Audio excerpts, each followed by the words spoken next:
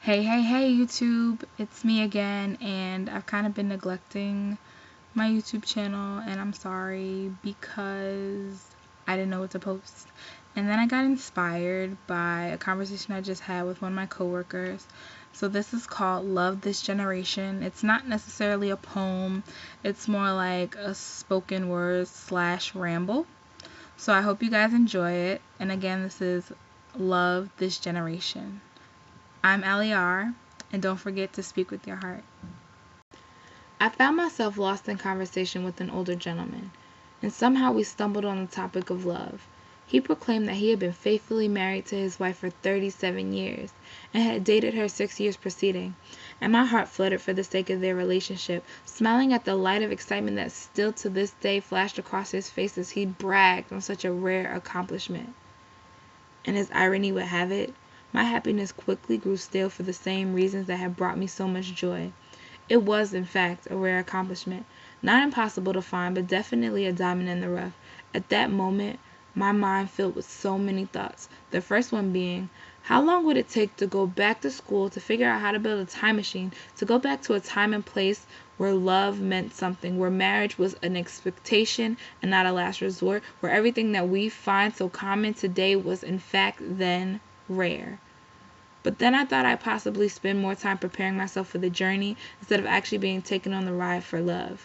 Because in this generation, it is so impatient, so immediate, so time sensitive that you may never even have the opportunity to speak to someone long enough to know if they're on the same wavelength as you. My prayer is to find the last of a dying breed. Someone who wants love in this generation just as I do. I want to discover someone who's not afraid to stand up and be the exception to the rule when the world says true love is a lie. A man. A man that doesn't prefer the microwave. I'm not always ready in a couple of minutes, and quite honestly, neither should our love. He should prefer a little preparation, rolling up his sleeves, setting a timer, being patient. Hey, I might even need to marinate overnight before I give you a response. Understand that a low temperature might equal a longer wait, but it'll make you cherish the flavor even more. A man that knows the difference between a microphone and using auto-tune. Be my microphone, project me further, help me reach distances I couldn't breathe on just my diaphragm alone. Give me the confidence I need to echo in boldness, and never be auto-tuned. Sometimes my words are uncomfortable, but don't change me to make them easier to swallow. Sometimes these things need to be said. Or let him be the gardener of our love, the one who plants the seed and wants to watch it grow. I mean, we'll both reap the benefits. Get your hands dirty because I'd rather have the man that invests his time in cultivating what's his. Nothing against the man that pays the florist or the one that'll hire the landscaper, but there's something proud in a man that's willing to build his own. Not just because he wants to, but because I'm willing to do the same.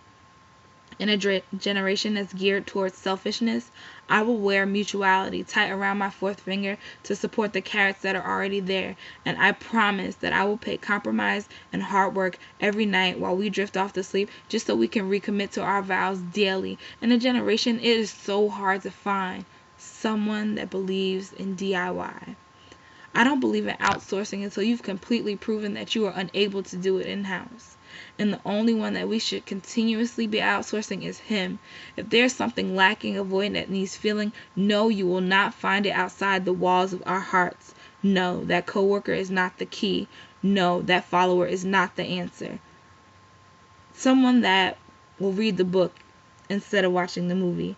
And I'm not saying he can't watch the movie, but he'll read the book first, just so he can let his imagination run wild of all of our possibilities. He can create them himself, and the idealism of the big screen won't influence how he sees me, or us for that matter. Because in a generation where everything is so fast, so right now, so click, click, there you have it, I want someone who only feels like the world is at his fingertips every time we touch. Thank you. So there you have it. Love This Generation.